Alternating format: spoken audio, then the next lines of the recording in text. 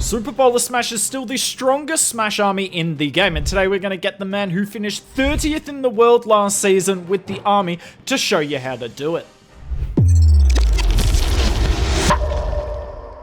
This hit here is everything that's great about Super Bowler Smash. So you can see pretty toxic ring base, the double poison tower, but it's going to get completely crushed. So we're doing a water walk on the right hand side. Then we're using the Yeti. This Yeti troop is probably the most important troop in this army other than the bowlers, because what you see it's done here is it set an amazing funnel for the Super Bowlers, because the toughest thing about Super Bowlers is getting them into the core of the base. So using the Yeti to clear out defenses on the outside of the base, but also in the first layer of defenses, is critical to success, and you can do it really early in the attack. Now, Life Gem, definitely the best.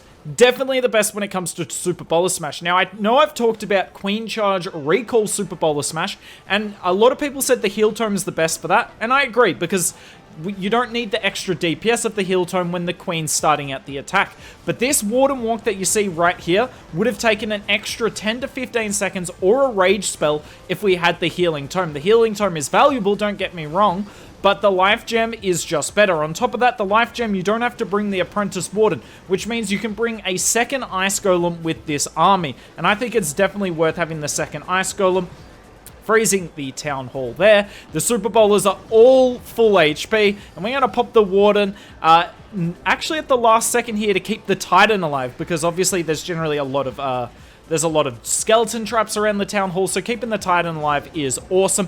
On the top side, we've still got the King. He was setting a funnel. And on the bottom side, we got the Royal Champion. You might notice, we're going to look away from the Super Bowlers for a second as they do a cool bounce. He's bringing Valks in the CC, and I kind of like it. The Valks get through the base super quickly, rather than the Yetis that get stuck on the outside of the base beating walls. We've still got all our Super Bowlers up. I think one of them's about to go down, but you know you've mastered the Super Bowler attack when all of your bowlers are living, something that's not always easy to do, but Qureshi has done it here. I hope I'm pronouncing that right. That's always how I have. Let me know if I'm wrong in the comments, either YouTube chat or Qureshi himself. But yeah, smash this base. Let's jump on to now a more common isolated core base. The classic double Invis isolated core base. We all hate them, but we gotta know how to take them down, and that's the point of this attack here. Now, whilst the water walk's going on, notice this baby dragon. We didn't need the Yeti this time because there's no air defense or no air targeting defenses in the area,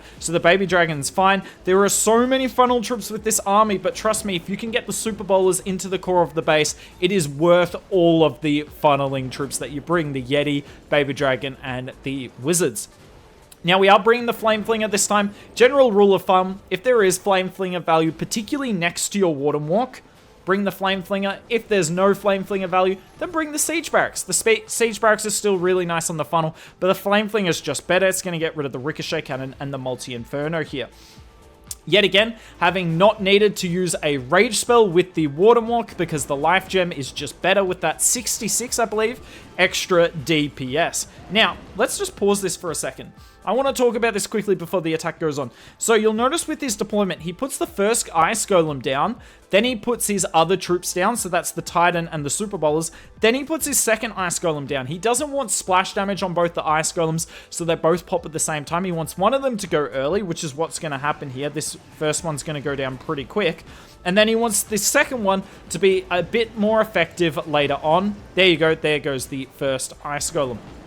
Nicely done, and yet again we have the King on the top side, setting a great funnel for our Super Bowlers. Now, I'm going to be honest, I don't love what he does with the double Invis here. So the first one goes off because of the Titan, and then the second one goes off a bit later. I probably would have froze one of them just to be safe, but it ends up working really well. Super Bowlers are really good generally versus the Invis towers, because they can set the Invis towers off well in advance of the Super Bowlers reaching the area if you get the bounce effect. You didn't see it in this attack though, because the Titan activated it early, but still, they generally do really well, and trust me, you'll see it later in the video. I believe the last attack of this video, the Invis tower gets completely and utterly nullified by the Super Bowlers. You saw the mass rocket balloon CC. You're seeing a few more of these non-Ice Golem CCs to help stop Root Riders, and it did a lot to those Super Bowlers. The Super Bowlers did go down, so it is something to be careful of. Probably should have used the freeze spell there, but alas, this base is still wrecked anyway. If the Super Bowlers can take out the core of the base, the King and the RC is really good at clearing out the flanks. The Queen lives now. He's got the Archer Puppet on the Queen, and I can't tell you why. Maybe he doesn't have the Frozen Arrow upgraded, but yeah, I can't imagine why he wouldn't have it upgraded, given that he's got a Max King, he's got the Max Royal Champion, obviously got the Max Warden. That was pretty easy to max out with the new equipment, but yeah, no Max Frozen Arrow apparently. I would still recommend that over the Archer Puppet, but maybe Qureshi's onto something.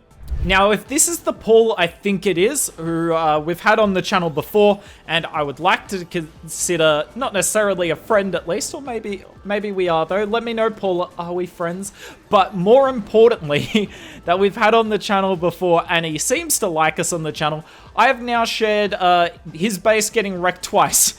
I believe we had Klaus, when we did Klaus's video of him finishing rank 1. Make sure you go watch that video. We also showed Paul's base getting wrecked. So I'm really sorry, Paul. I hope you can forgive me. I hope our relationship can move past this really trying and testing time. But if it can't, I accept it. I have broken the rule of being friends. I don't know what I'm on about. Let's just get into Clash of Clans. I'm much better about talking about Clash of Clans than talking about human relationships and friendships. That's why I'm a content creator. Sad noises. Anyways, we're coming in. The Warden Walk does get a little hairy because we pull the Queen over, but we've got the Headhunter nice and quick there. Keep in mind, Qureshi with this army is only bringing one Headhunter, and I don't necessarily agree with that, but that's the way that it's going to happen. Now, this surprised me. So, we are not running the Healer Puppet on the Queen, yet we're running the Queen on the outside of the base deliberately. Now, I assume the reason for that is to get rid of that single Inferno, because the funnel troops would not have dealt with the single Inferno at all, but then deploys the Royal Champion right there anyway. I have no idea what's going on. Maybe I am better at talking about human social relationships, because yeah, I'm a little bit clueless at the moment. He gets really unlucky here. So what's happening is these Valks, which is 48 troop space, is targeting this scatter, and then you've got the Bowler, which is another 30 troop space, targeting this scatter as well. So because there's 78 troop space targeting this scatter, the Warden's going to follow that instead of the 2 Super Bowlers and the King on the top side, which is, if I'm correct, that would be 80.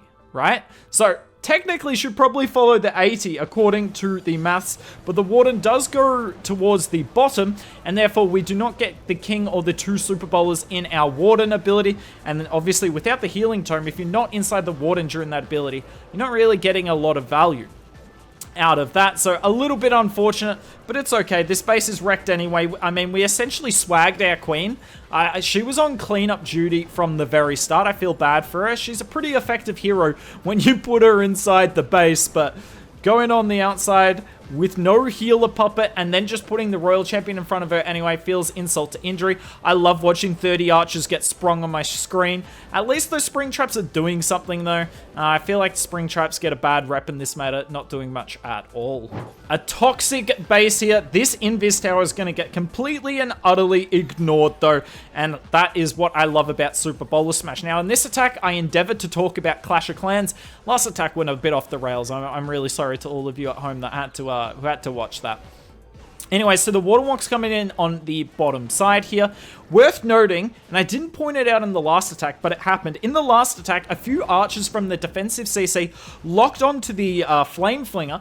So Qureshi, as he should have, took down those archers with the Wizard, but then the Wizard walked in front of the Flame Flinger. The Ricochet Cannon targeted the Wizard and chained or ricocheted off it and hit the Flame Flinger as well. So anytime you're using some troops, particularly barbs, archers, or a giant, to test for traps for the Flame Flinger, make sure you don't put it anywhere near the actual Flame Flinger, otherwise a Ricochet Cannon can ricochet outside the maximum range of it. Something worth noting there.